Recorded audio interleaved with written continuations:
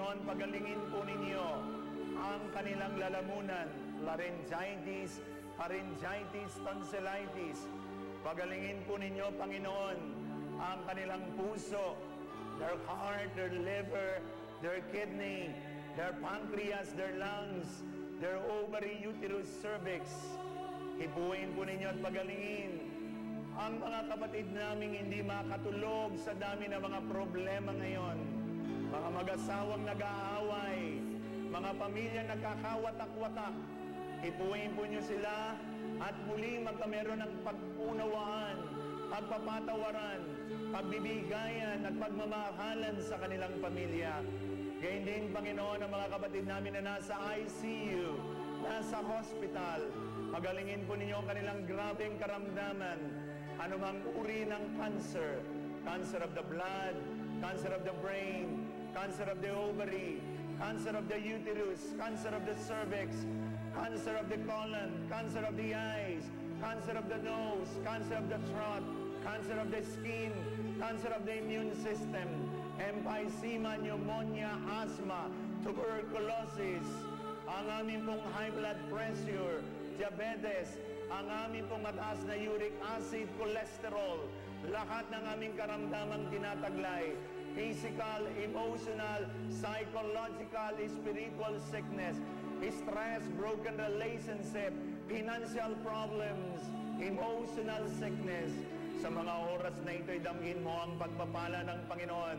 In the name of Jesus, Son of the living God, receive the healing grace of the Lord. As I anoint and bless all of you, in the name of the Father, and of the Son, and of the Holy Spirit. Amen and amen. Palakpakan natin ang Panginoong bigay na bigay, buhay na buhay.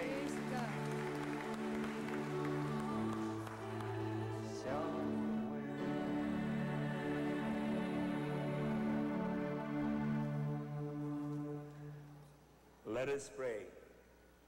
Let's all rise. Lord God, may these mysteries give us new purpose and bring us the new life in you. Grant this through Christ our Lord. Amen. The Lord be with you. And also with you. Nice kong pong i-announce lang para po sa Amerika. I'll be out from June to July for my mission appeal. I will be attending my ordination of my first cousin, Father Mel Ayala, sa Washington, D.C. And then after that, I'll be proceeding to California, to Chicago, to New Jersey, and Boston for my yearly mission appeal. So if you're just interested, just call my sister-in-law, 213-284-6692, Sheila Fallier or Boyet Fallier in LA. So that will be June or July, June until July. The Lord be with you. And also with you. May Almighty God bless us all, the Father, the Son, and the Holy Spirit. Amen. Muli po sabihin natin sa ating katabi, tapos na ang misa, magbagong buhay ka na. Tapos na ang misa, magbagong buhay ka na. Sa likod, tapos na ang misa, magbagong buhay ka na. Sa harapan, Father Joey, tapos na ang misa, magbagong buhay ka na. Brothers and sisters, the Mass is now ended. Let us now continue to love one another as Jesus has loved us. Thanks be to God. Hallelujah, hallelujah.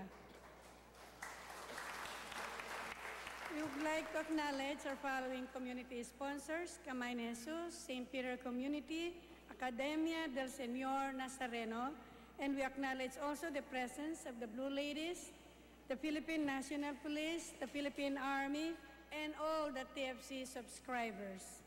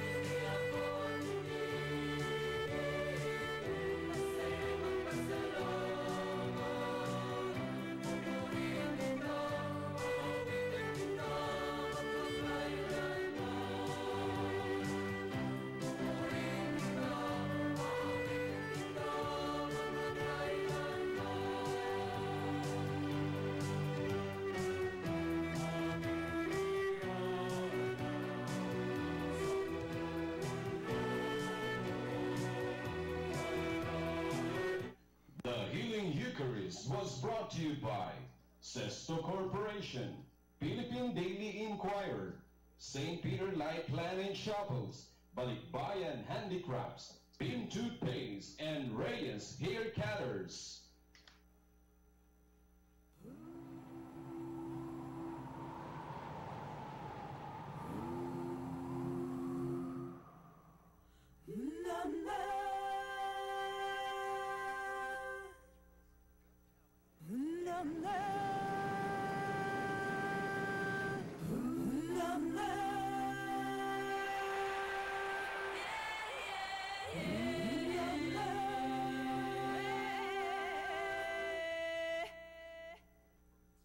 I want this to be perfect. Dapat maluwag. Para lahat ng ka-close ko makapunta. Mga 80 people? Pwedeng. Purple flowers, favorite ko yun eh. It will be my last day. You're right ko, sosyal ah. Yes, ma'am. Pwede po lahat yan. Souvenirs kaya?